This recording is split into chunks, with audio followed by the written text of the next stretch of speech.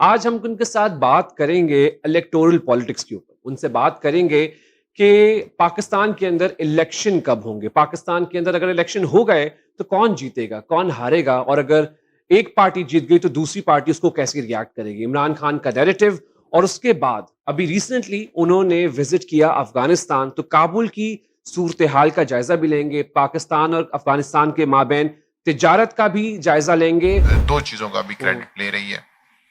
एक वो कहते हैं कि जी करप्शन फ्री अफगानिस्तान है, ठीक है, और दूसरा वो ये कहते हैं कि जी लॉ एंड ऑर्डर की सिचुएशन बहुत हमने कंट्रोल कर लिया है। बट वहां का जो क्राइसिस है इकोनॉमी का वो बहुत बड़ा है, उसका कोई हल नजर नहीं आता। हम ये नहीं कह सकते कि चूंकि हमने किसी की मदद की तो अब वो भी हमारी मदद करे, ये ठीक है, ऐसे दुनिया में नहीं होता। सही है। वहां पे डिफरेंट इदारे जो काम कर रहे हैं बॉर्डर मैनेजमेंट के लिए, उनके वहां पे फील्ड में जो मौजूद लोग हैं, एक तो उनका रवैया खासा नामुनासिब होता है, पाकिस्तानियों से भी और अफगान ठीक शहरियों है। से भी। आपको लगता है कि हमें उनके साथ पीस डील करनी चाहिए, क्योंकि अभी पीस डील नहीं हुई और वो वापस आ रहे हैं, सवात के अंदर वापस जो एक्सट्रीमिज्म है वो बढ़ रही है। अगर उनको नहीं लाते तो वो फिर किसी और के साथ मिल जाएंगे। तो ये इसके अंदर बड़े इफ्स एंड बट्स हैं, बड़ी अगर मगर की ठीक सिचुएशन है। है। इसीलिए गवर्नमेंट ऑफ पाकिस्तान बड़ा फूंक फूंक के कदम उठा रही है। Hello and welcome to The Correspondent. I welcome you on another episode of our podcast series. आज मेरे साथ मौजूद हैं माजिद निजामी साहब, जो एक मायाना सहाफ़ी हैं, बहुत सारा काम किया है। आज हम उनके साथ बात करेंगे इलेक्टोरल पॉलिटिक्स के ऊपर। उनसे बात करेंगे कि पाकिस्तान के अंदर इलेक्शन कब होंगे, पाकिस्तान के अंदर अगर इलेक्शन हो गए तो कौन जीतेगा, कौन हारेगा, और अगर एक पार्टी जीत गई तो दूसरी पार्टी उसको कैसे रिएक्ट करेगी। इमरान खान का नैरेटिव, और उसके बाद अभी रिसेंटली उन्होंने विजिट किया अफगानिस्तान, तो काबुल की सूरत हाल का जायजा भी लेंगे, पाकिस्तान और अफगानिस्तान के माबैन तिजारत का भी जायजा लेंगे, और ट्रांजिट जो बॉर्डर के बीच में जो ट्रांजिट है, वो चाहे ट्रक्स हैं जिनके अंदर फूड आइटम्स हैं, वो चाहे लोग हैं जो ट्रांजिट के थ्रू अफगानिस्तान और पाकिस्तान के बीच में जाते हैं, उनको क्या मसाइल दरपेश हैं। तो welcome to our podcast series. Thank you so much ji, आपने मुझे मौका दिया, बड़ा अच्छा लगा। तो एक तो आपने बड़ी मुश्किल से वक्त निकाला है हमारे लिए, लेकिन बहुत बहुत शुक्रिया। पहले हम शुरू करेंगे अफगानिस्तान के साथ, बिकॉज अब आपने रिसेंटली ट्रैवल किया अफगानिस्तान के अंदर, और मैंने एक ट्विटर एक पूरी सीरीज देखी जिसके अंदर थ्रेड था कि पाकिस्तान और अफगानिस्तान के ताल्लुकात, फिर उसके बाद के बॉर्डर के ऊपर जो तजारती एक्टिविटी है वो बड़ी मुतासिर हो रही है, अफगानिस्तान के एंड से नहीं बल्कि पाकिस्तान के एंड से। फिर जो लोगों को बड़ी दुश्वारियां पेश आ रही हैं, और काबुल के अंदर क्या लेटेस्ट डेवलपमेंट्स हैं। जी, ये बड़ा इंटरेस्टिंग विजिट था। हम कुछ सहाफ़ी थे जो वहाँ पे गए थे, और काफ़ी लोगों से हमने मुलाकात की। कुछ आज़ाद सहाफ़ियों से की, कुछ हुकूमती ओहदेदारों से की, सिविल सोसाइटी से की। कुछ जगहों को विजिट भी हम्म, किया, यूनिवर्सिटीज़ को, हॉस्पिटल्स को। तो एक बड़ी डिफरेंट एक्सपीरियंस उसमें देखने को मिला। खैर, मेरी कोई परसेप्शन इतनी पहले भी कोई ख़राब नहीं थी काबुल के बारे में। कुछ पढ़ते रहते हैं हम, हम्म, देखते रहते हैं, लोगों से राब्ता था। लेकिन देख के और उसे पर्सनल एक्सपीरियंस करके एक बड़ा डिफरेंट तजर्बा हुआ। और उसमें ये है कि वहाँ पे तालिबान गवर्नमेंट दो चीज़ों का भी हम्म, क्रेडिट ले रही है। एक वो कहते हैं कि जी करप्शन फ्री अफगानिस्तान है, ठीक है। और दूसरा वो ये कहते हैं कि जी लॉ एंड ऑर्डर की सिचुएशन बहुत हमने कंट्रोल कर लिया है। अगरचे उनको दाइश का और बाकी ग्रुप्स का अभी भी खतरा है और हम्म, बम धमाके होते हैं, बट वो कहते हैं वो जो इंटेंसिटी थी, किलिंग्स थी, वो अब खासी कम हो गई हैं। खैर, उसकी एक वजह ये भी है क्योंकि कि वो जो खुद इक़्तिदार वो में खुद इक़्तिदार में आ है। गए जो हैं। किलिंग्स करते थे वो इक़्तिदार में आ गए, तो क्यों किलिंग्स तो होंगी। ठीक है, बस ये उनका एक सही है, थीसिस है। ठीक है। वो अपनी जो 1 ईयर परफॉर्मेंस है वो उसको इस तरह से पेश करते हैं। बट वहाँ का जो क्राइसिस है इकोनॉमी का वो बहुत बड़ा है, उसका कोई हल नजर नहीं आता। हम्म, अक़वाम मुत्तहिदा वहाँ पे मौजूद है, वो कहीं-कहीं कुछ ना कुछ सेहत के शोबे में कहीं और काम कर रही है, बट एक सस्टेनेबल कोई प्रोग्राम नहीं है उस हुकूमत के पास, ठीक है। जिसकी वजह से वहाँ के अवाम खासे परेशान है। और उनका ये ख्याल है कि अब ये जो कन्फ्यूजन है इसको ख़त्म होना चाहिए, और चीज़ों को किसी ना किसी राइट डायरेक्शन की तरफ जाना चाहिए। लेकिन इसका कोई सॉल्यूशन ऐसा नज़र भी नहीं आता कि ऐसा क्या होगा। ना तो कोई मुल्क उनको तस्लीम कर रहा है, ना कहीं से उन्हें कोई ऐसी इमदाद आ रही है, ना कोई अफगानिस्तान के अंदर ऐसी फैक्ट्रीज हैं। सो जो नेबरिंग कंट्रीज हैं वो उनको कहीं ना कहीं सपोर्ट कर रहे हैं, जिनमें पाकिस्तान ठीक है। नंबर 1 पे है। अभी रिसेंटली मैं देख रहा था कि अमेरिका ने गालिबन, क्योंकि अफगानिस्तान के जो रिजर्व्स थे वो अमेरिका के अंदर थे और उन्होंने फ्रीज कर लिए थे तालिबान का जब टेक ओवर हुआ, तो उसके अंदर अभी मैंने रिसेंटली खबर पड़ी कि वो उनके जो रिजर्व्स हैं वो ट्रांसफर करेंगे टू देयर बैंक्स। तो इसमें कोई हकीकत है और क्या इनका कोई एग्रीमेंट हो रहा है बिहाइंड द डोर्स, कोई कोई बैकडोर डिप्लोमेसी चल रही है? जी बिल्कुल चल रही है, और इसमें कुछ मीटिंग्स भी हुई हैं। अब उसमें इशू ये है कि ये एक इंजेक्शन है, हम्म, ये कुछ सस्टेनेबल प्रोजेक्ट नहीं है। इसमें अगर हम ये कहेंगे कि जी कुछ डॉलर्स आ जाएंगे, तो वहां पे मुश्किलात इतनी ज्यादा हैं कि वो एक इंजेक्शन लगेगा और उसका कुछ अरसे बाद असर जायल हो जाएगा। तो जो एक सस्टेनेबल इकोनॉमिक ग्रोथ है वहां पे, वो अभी जरा मुश्किल नजर आ रही है। ये बात दुरुस्त है कि अक़वाम मुत्तहिदा ने, बाकी इदारों ने, अमेरिका ने कहीं ना कुछ सप्लाईज को ओपन करने का सोचा है, वो कर रहे हैं। लेकिन ये बिल्कुल ऐसे है कि जैसे आप उन्हें पीनट्स दे रहे हैं, और उनके पास भी कोई ऐसा प्रोजेक्ट नहीं है कि जिसको वो सामने लेके आए कि देखें जी हमारे पास ये एक नेशनल प्लान है जिसके बाद हम आवाम की जिंदगी को ठीक है। बेहतर कर सकेंगे।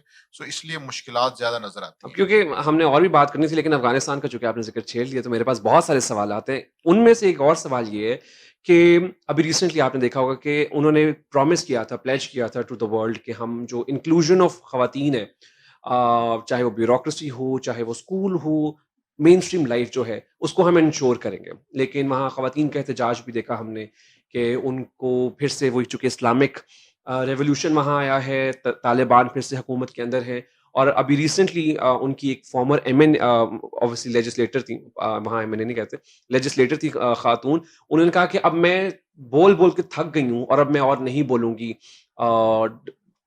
डिफरेंट फोरम्स में जाके कि जी हमारे भी हकूक हैं, हम भी अपनी आज़ादी के साथ जीना चाहते हैं। तो वहाँ ख़वातीन का क्या स्टेटस है आजकल? ये बड़ी एक इंटरेस्टिंग सिचुएशन है। जो तालीम के हवाले से इशू है वो बड़ा डिफरेंट है। जो क्लास 1 से क्लास 5 की बच्चियां हैं वो स्कूल्स में जा रही हैं, यूनिवर्सिटी एजुकेशन कहीं ना कहीं चल रही है, कुछ बॉयज कुछ गर्ल्स वो हो रहा है। जो प्राइमरी और इंटरमीडिएट की क्लासेस हैं उनके ऊपर एक बहुत बड़ा इशू है। हुँ, हुँ। और मेरा ये ख्याल है कि ये ऐसा टॉपिक है जो आपको बताता है कि समहाउ जो तालिबान रहनुमा हैं उनकी सोचों में कुछ ना कहीं फर्क है, हुँ, हुँ। उनका कंसेंसस नहीं है।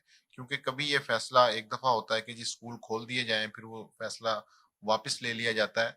तो ऐसा लगता है कि वो लोग जो मिलिटेंट थे और जो लड़ते रहे हैं उनकी सोच में, और वो लोग जिन्होंने मुज़ाकरात किए हैं या जिन्होंने शहरी जिंदगियों में अपनी जिंदगियां गुजारी हैं, तालीम याफ्ता एक्सपोजर है उनका, उनकी सोच में फर्क है। और मेरा ख्याल है कि वही फर्क हमें ऐसे नजर आता है कि कभी एक सोच हावी हो जाती है, कभी दूसरी हुँ, हो हुँ। जाती है।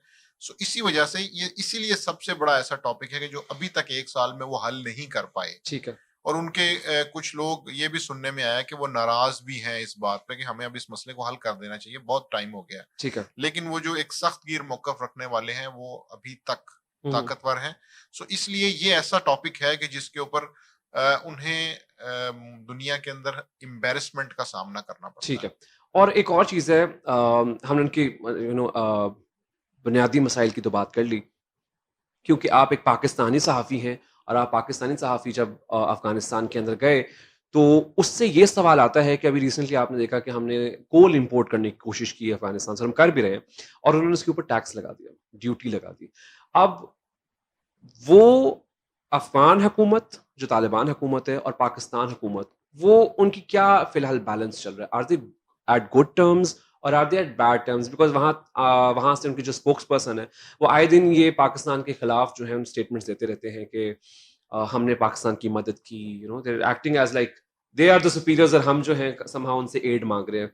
क्योंकि पाकिस्तान में आपको पता है इकोनॉमिक रन चल रहा है, हमें महँगी बिजली इम्पोर्ट करनी पड़ी है, महँगा ऑयल इम्पोर्ट करना पड़ा है, तो हमने कहा कि चलो नेबरिंग अफ़गानिस्तान से कोयला ले लेते हैं, बट उन्होंने कहा कि अच्छा हम भी इम्पोर्ट ड्यूटी लगा रहे हैं। तो अच्छा, क्या? इसमें एक बड़ी इंटरेस्टिंग चीज है, वो ये हुँ, है कि ये दोनों सॉवरेन कंट्रीज हैं। Of course. हम ये नहीं कह सकते कि चूंकि हमने किसी की मदद की तो अब वो भी हमारी मदद करे। ये ठीक है, ऐसे दुनिया में नहीं होता। सही है। स्पेशली जब आप पैसे का लेन देन कर रहे हैं। एक्सपेक्टेशंस हमारी होती हैं, लेकिन वो गवर्नमेंट में चूंकि अब वो हैं हम्म, और एक उनके पास एक पूरा सेटअप मौजूद ठीक है, है। तो समहाउ वो ये चाहते हैं, अगरचे पाकिस्तान ने ये प्रोजेक्ट इसीलिए इनिशिएट किया था हम्म, कि उनकी हेल्प हो सके। ठीक है। उनको जो एक इम्पोर्ट एक्सपोर्ट के इश्यूज हैं, पाबंदियां हैं, मुआशी मसाइल हैं, उसके हल के लिए पाकिस्तान ने एक ये प्रपोजल पेश किया था कि चलें जी, हम आपको ऐसी सपोर्ट करते हैं कि हम आपसे चीजें खरीदना शुरू कर देते ठीक हैं। है। तो ये प्रोजेक्ट थोड़ी सी फ्रिक्शन के साथ चल रहा है और इसकी जो क्वालिटी है और जो क्वांटिटी है उसको भी बढ़ाने का एक प्रिंसिपल डिसीजन दोनों साइड से हो चुका है। सही। तो ये हल्की फुल्की नोकझोंक चलती रहती है, लेकिन ये कोल के प्रोजेक्ट को मजीद भी बढ़ाया जा रहा है और ये एक तरह की इकोनॉमिक कॉपरेशन है पाकिस्तान की तरफ से, ठीक है, जो चल रही है। जो चल और रही है। पाकिस्तान की हुकूमत ने ये इनिशिएटिव लिया कि हम सपोर्ट बिल्कुल। करेंगे, ताकि दो तरफा तिजारत को फरोग दिया जाए। अच्छा, फिर मैं आपको वहां से लेके आऊंगा पाक अफगान बॉर्डर के ऊपर। ठीक है। आपने recently by road he travel किया जी था, बिल्कुल। और आपने देखा कि ऐसा सुनने में आया, और उसके ऊपर ऊपर ज़ाहिर रिपोर्ट भी हुआ कि जब आप वहां से यहाँ आते हैं, तोरखम बॉर्डर गालिबन, वहाँ जी अफगानिस्तान से जब आप पाकिस्तान में आते हैं, तो अफगानिस्तान में जो ट्रांजिट सारे रूल्स हैं वो रिलेटिवली बेहतर है। जब आप पाकिस्तान की तरफ आते हैं तो कस्टम्स वाले, एफसी वाले, जो भी हमारी जो सिक्योरिटी एजेंसीज हैं, वो बहुत डिलेड प्रोसेस है, आपके तमाम काउंटर्स नहीं चल रहे, आपके जो ट्रक्स हैं जिनके ऊपर फूड, एसेंशियल फूड सप्लाईज हैं, और जब हमारे मुल्क में फूड की किल्लत है क्योंकि सैलाब आए हुए हैं, उसके बावजूद वहाँ ट्रक्स जो हैं वो 5 से 7 दिन खड़े रहते हैं, और बाय द टाइम वो मंडियों में पहुंचते हैं तो वो ख़राब हो चुके होते हैं। फिर उसके बाद जो लोगों ने आमदरफ्त करनी है बॉर्डर के बीच में, उसके अंदर काफ़ी मसाइल दरपेश है अफगानियों को भी और पाकिस्तानियों को भी जिन्होंने बॉर्डर क्रॉस करना। तो उसके ऊपर आपने क्या देखा वहाँ? देखिए, ये एक अजीबो गरीब सूरत हाल है, जिसको बतौर पाकिस्तानी बताते हुए दुख भी होता है, हम्म, अफसोस भी होता है, लेकिन चूंकि आंखों देखा हाल है। सुनने में आता था तुर्कम बॉर्डर का, पहले भी हमने इस साइड से काफी दफा हम्म, विजिट किया हुआ है, बट क्रॉस करने का मौका पहली दफा मिला। उसमें सिचुएशन ये है कि कुछ तो बुनियादी ऐसे मसाइल हैं जो पूरे पाकिस्तान में है। मतलब पाकिस्तान में आपको कहीं पे भी कोई काउंटर जाहिर है। सारे फील्ड नहीं मिलेंगे, हम्म, बैंक हो, सरकारी दफ्तर हम्म, हो, कहीं पे हो, अगर 10 काउंटर हैं तो 4 5 6 चल रहे होंगे। ठीक है। लेकिन वहां पे 2 चल रहे थे। अच्छा। ठीक है, वहां पे और जरा ठीक है। काम खराब था। वहां पे डिफरेंट इदारे जो काम कर रहे हैं बॉर्डर मैनेजमेंट के लिए, उनके वहां पे फील्ड में जो मौजूद लोग हैं, हम्म, एक तो उनका रवैया खासा नामुनासिब होता है, पाकिस्तानियों से भी। पाकिस्तानियों से भी और अफगान ठीक शहरियों है। से भी। और जब उन्हें कान में ये बताया जाए कि हम पाकिस्तानी हैं, तो फिर वो थोड़ा सा ठीक भी हो जाते हैं। ठीक है। ठीक है। और आप जब बताएं, उन्हें जब ये, हाँ सहाफी हैं तो फिर ज्यादा हाँ सही हो जाते हैं। बिल्कुल बिल्कुल ठीक ऐसा है। ही है। सो ये इस तरह की कुछ ऐसी चीजें हैं। फॉर एग्जाम्पल, पहली जो चेक पोस्ट है या पहला जो काउंटर है, वहां से आपको क्लियर कर दिया जाएगा, दूसरे से कर दिया जाएगा, तीसरे से कर दिया जाएगा। जो चौथा है उसका मूड खराब है या वो किस सिचुएशन में ठीक है, है। वो उसके ऊपर ऐसी कोई रोक टोक लगा देगा कि आप कुछ भी नहीं कर सकते, वहां पे हेल्पलेस हैं। हम्म, ऐसे कुछ केसेस मैंने अपनी आंखों से देखे कि एक अफगान शहरी जो है वो 3 4 चेक्स को क्रॉस कर आया है, अपनी चीजें लेके आ रहा है, एक चेक वाले ने उसके ऊपर कुछ जो है वो ऑब्जेक्शन लगा ऑब्जेक्शन दिए। लगा ठीक दिया। है। अब वो वहां पे कुछ नहीं कर सकता, या तो वो उन चीजों को फेंकेगा, दवाइयां थी, हम्म, या तो वो दवाइयां फेंक के अफगानिस्तान में एंटर होगा, तो या वो उसकी रिक्वेस्ट करेगा अगर उसका मूड बदल गया। ठीक तो है। वो जो एक हायरार्की ऑफ सिस्टम है ना, वो वहां पे थोड़ा सा कम नजर आता है। ठीक सिर्फ है। ये ऐसे लगता है कि जो वहां पे लोग मौजूद हैं, वो अपनी सख्त ड्यूटी की वजह से या किसी और वजह से वो उनके रवैये जो है वो खासी चेंज है। ठीक है। और जब उन्हें ये बताया जाता है कि देखें जी हम पाकिस्तानी हैं या हम साफी हैं, तो ऑल टुगेदर चीजें बदल जाती हैं। हम्म, वो जो सिस्टम जिसके बारे में वो पूरी लाइन को कह रहे होते हैं कि ये सिस्टम नहीं चल रहा, हम्म, वो चलना शुरू हो जाता है। ठीक है। ठीक है। ठीक है। वो जो डिलेज होते हैं वो कम हम्म, होना शुरू हो जाते हैं। ठीक है। लेकिन मेरा ख्याल है ऐसा नहीं होना तो चाहिए। किस इदारे को इसकी शिकायत करनी चाहिए, या किस इदारे को फाल करना चाहिए ताकि ये मसाइल हल हो सकें? क्योंकि जब आप अपनी, अच्छा फॉर इंस्टेंस आपने अफगानियों की बात की, एक तो मुझे बताएं कि किस अदारे को ओनरशिप लेनी चाहिए, बिकॉज एक मसला ये है कि बहुत सारे अदारे हैं वहाँ। तो एक अदारे से फारिग होकर तो दूसरे अदारे पे, एक तो जिसके जैसे करप्शन ज़्यादा बढ़ती है, बदउनवानी ज़्यादा बढ़ती है, फिर पाकिस्तान का इमेज खराब होता है। और आप ये बताएं कि जब पाकिस्तानी आता है तो उसको कौन से मसाइल होते हैं? अगर आप सहाफ़ी नहीं है, फॉर इंस्टेंस आम पाकिस्तानी जो सुबह वहाँ गए थे, शाम को वापस आ रहे, उसको क्या मसाइल है? जी, इसमें इशू ये है कि ये 3 से 4 डिपार्टमेंट्स होते हैं, हम्म, कोऑर्डिनेटेड एफर्ट है ये। तो इसलिए गवर्नमेंट ऑफ पाकिस्तान की तरफ से अगर उन्हें डायरेक्शन दी जाएगी, तो मेरा ख्याल है कि वो मानेंगे, क्यों नहीं मानेंगे। और इसमें एफसी है, कस्टम्स हैं, एफआईए है, सब लोग वहां पे हैं, सिक्योरिटी ऑफिशियल्स हैं। सो ये एक कॉम्बिनेशन है। सो इसमें ये देखना चाहिए कि उन्हें अगर ये डायरेक्शन दी जाए कि आप इसको जरा स्विफ्ट करें, इसको जरा फ्रेंडली करें, तो इसमें कोई ऐसी इशू की बात नहीं है। उसकी वजह ये है कि जो टीटीपी के लोग हैं ठीक है। या अलकायदा के लोग हैं, उन्होंने वहां से वीजा लेके तो नहीं जाना ना। जाहिर है, वो जाहिर तो है। जहां से जाते हैं वो तो वहां से वो जाएंगे। वहां से जाएंगे जहां हाँ, फेंस नहीं बनी हुई, और ना वो वहां से वेपन लेके वेपन जाएंगे। लेके जाएंगे, बिल्कुल। ठीक है ना, ठीक है। इंटरनेशनल बॉर्डर जहां से आप क्रॉस कर रहे हैं वीजा के साथ, वहां से आप वेपन तो लेके जा नहीं सकते। बिल्कुल। तो मेरा ये ख्याल है कि वो जो सख्तियां हैं वो हमें कहीं और करनी चाहिए, जी, जी। यहाँ पे हमें नरमी से काम लेना ठीक चाहिए। है। अच्छा, एक और चीज़ अभी हमने देखा कि सवात के अंदर एहतजाज हो रहा है। सवात के जो लोग हैं वो एहतजाज कर रहे हैं कि somewhat there is a rise of extremism again, और कत्लो-गारत भी कुछ हुआ। कुछ इंसिडेंट्स रिपोर्ट हुए। अब मैं रिपोर्ट इसलिए कह रहा हूँ क्योंकि मेरी खबर नहीं, बट रिपोर्टेडली अखबारों के अंदर, डिफरेंट जरीदों के अंदर।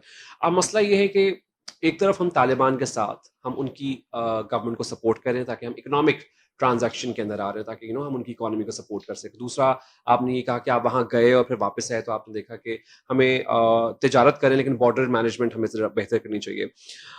अब जब हम तालिबान के साथ मुज़ाकरात कर रहे हैं, आप पीस डील्स हो रही हैं, पीस टॉक्स हो रही हैं, पाकिस्तान के अंदर आप इंसिडेंट्स रिपोर्ट हो रहे हैं।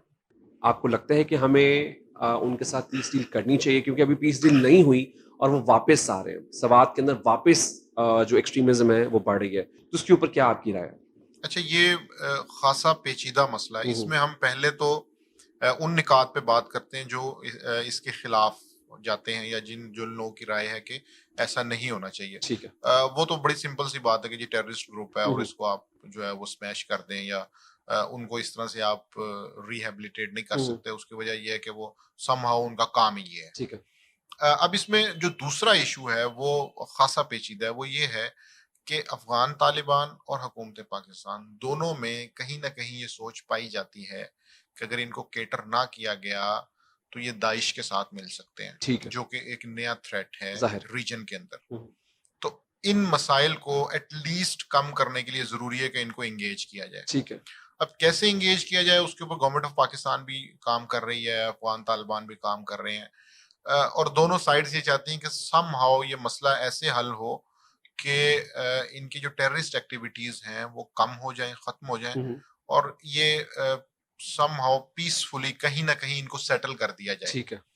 जहां तक बात है सवात का और बाकी जगहों का, अब इशू ये है कि ये वो लोग हैं जो यहीं से उठ के वहां गए हुए हैं। अब जब ये वापस आएंगे तो बहरहाल इनको मुजाहमत का सामना होगा, क्योंकि पिछले 10 से 15 साल में जो इन्होंने यहाँ पे किया है उसके खिलाफ गमो गुस्सा तो मौजूद है। सो ये मेरा ख्याल है ऐसी सिचुएशन है कि जिसका हल निकालना खासा मुश्किल है कि अगर उनको अफगानिस्तान से लेके आएंगे पीस डील के नतीजे में तो उनको कहाँ पे रखा जाएगा। अगर उनको नहीं लाते तो वो फिर किसी और के साथ मिल जाएंगे। तो ये इसके अंदर बड़े इफ्स एंड बट्स हैं, बड़ी अगर मगर की सिचुएशन है। इसीलिए गवर्नमेंट ऑफ पाकिस्तान बड़ा फूंक फूंक के कदम उठा रही है और वो ये समझती है कि कहीं ना कहीं कुछ ऐसे काम भी करने चाहिए कि जो ओन ना किए जाएं बट जिससे उनको नुकसान हो, जो हमने पिछले 4-6 महीने में देखा कि उनके कुछ अहम लोग नामालूम अफराद के हाथों मारे गए या किसी ब्लास्ट में चले गए। सो एक तो वो कुछ चीजें हो रही हैं और उसके साथ साथ ये भी है कि कहीं ना कहीं इस थ्रेट को न्यूट्रलाइज किया जाए। ठीक है। सो अब ये ऐसी पेचीदा सिचुएशन है कि जिसका कोई उस तरह से हल निकल नहीं सकता कि जिसमें हम ये कहेंगे जी 10 आउट ऑफ 10 ये चीजें हो गई हैं। ठीक है। सो ये कुछ ना कुछ लेंथी प्रोसेस तो चलता रहेगा। बड़ा सवाल ये है कि अब अगर हम तालिबान जो पाकिस्तान में पहले दहशतगर्दी करते रहे हैं, जिन्होंने पेशावर के अंदर मासूम बच्चों को मारा, और सिर्फ पेशावर के अंदर नहीं, पूरे पाकिस्तान में, आप लाहौर उठा लें, आप कराची उठा लें, आप पिंडी उठा लें, आप इस्लामाबाद उठा लें, वो चाहे फौजी हों, वो चाहे सिविलियन हो, वो चाहे डॉक्टर्स हों, चाहे वो स्टूडेंट्स हो, हर पाकिस्तानी का कत्ल किया हुआ है उन्होंने। पाकिस्तान तकरीबन 15-20 साल अनरेस्ट, दहशतगर्दी, पाकिस्तान के अंदर इकॉनमी ख़राब, इन्वेस्टमेंट नहीं आ रही थी, हमें अपनी लाइफ सिक्योरिटी नहीं मिल रही थी। अब जब हम एक पीस प्रोसेस हुआ, हमने उनके ऊपर बाकायदा ऑपरेशन किया, हमारे फौजियों ने ही जानें गंवाई, शहीद हुए, बहुत सारे फौजी शहीद हुए, और सिर्फ जूनियर ऑफिसर्स नहीं, हर रैंक के फौजी ने शहादत दी और कुर्बानी दी। इस तमाम एपिसोड के बाद आपको नहीं लगता कि हमें एक नेशनल डायलॉग करना चाहिए?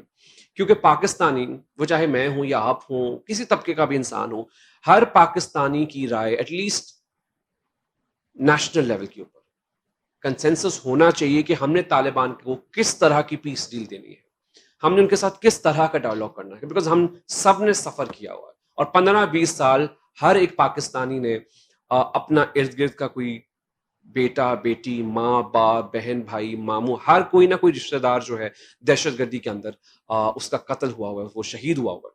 तो आपको नहीं लगता हमें डायलॉग करना चाहिए, ना कि हमारी जो इस्टेब्लिशमेंट है या स्टेट एक्टर्स हैं वो खुफिया डील्स कर लें और उसके बाद सवात के अंदर फिर से अनरेस्ट क्रिएट हो जाए? देखें, ये असूलन तो जो आप बात कर रहे हैं वो ठीक है, लेकिन अमलन इसके अंदर काफी फर्क है। उसकी वजह ये कि फैसला साज इदारों की जानिब से पिछले 5-7 साल में ये देखने में आया है, ऐसा तासुर है कि जहां जहां पे भी, खा वो कौम परस्त हैं, खा वो बलोच हैं, खा वो पंजाबी तालिबान हैं, जहां जहां पे भी जो लोग अमन की तरफ आना चाहते हैं उनको मौका दिया जाता है, और जो फिर नहीं आते उनके खिलाफ एक्शंस होते हैं। सो सम हाउ इसी फॉर्मूले को टीटीपी के ऊपर भी अप्लाई किया जा रहा है कि उनमें से जो न्यूट्रलाइज होके वापस आना चाहता है या कम से कम थ्रेट नहीं बनता, तो उसे एक ऐसा मौका देना चाहिए कि जिसमें वो चला जाए। ये बात दुरुस्त है कि इंसानी जानों का ज़िया हुआ, शहादतें हुई, और इसका गम और गुस्सा भी बहुत है। मसला ये है कि जब रियासती इदारों में और रियासत के लेवल पे जब इस तरह की डिस्कशंस की जाती हैं, तो उसमें शायद ये मामलात डिस्कस नहीं किए जाते। एक वसीतर कौमी मुफाद में जो ग्रेट गेम या जो बड़े फैसले होते हैं, उसमें ऐसे छोटी छोटी चीज़ों को नज़रअंदाज कर दिया जाता है, अगरचे ये हमारे लिए छोटी चीज़ें नहीं हैं। लेकिन उस स्पेक्ट्रम पे सोचने वालों का ये ख्याल है कि ये जब कॉम्बिनेशन जब हम इसको डील करेंगे तो हमें उसके अंदर कुछ कड़वे गुण भी भरने पड़ेंगे। सो बहरहाल ये बात दुरुस्त है कि इसके ऊपर एक नेशनल डायलॉग होना चाहिए, एटलीस्ट कौम को पता हो या कौम की तरफ से कुछ रिकमेंडेशंस जानी चाहिए कि क्या क्या होना चाहिए और कैसे होना चाहिए। ठीक है। लेकिन अमलन ऐसा नहीं होता, और शायद ये ख्याल किया जाता है कि वो फैसले हैं कि जो कुछ क्वार्टर्स में ही होने चाहिए, सो दैट इनकी इम्प्लीमेंटेशन और इम्प्लीकेशंस दोनों जो हैं उनके लिए एक सपोर्ट मौजूद हो, जो कि जमहूरी निज़ाम के लिए और जमहूरी रवायात के बिल्कुल बरक्स है। लेकिन हमारे मुल्क में ऑफ कोर्स बिल्कुल हर तरह की चीज़ प्रैक्टिस होती है।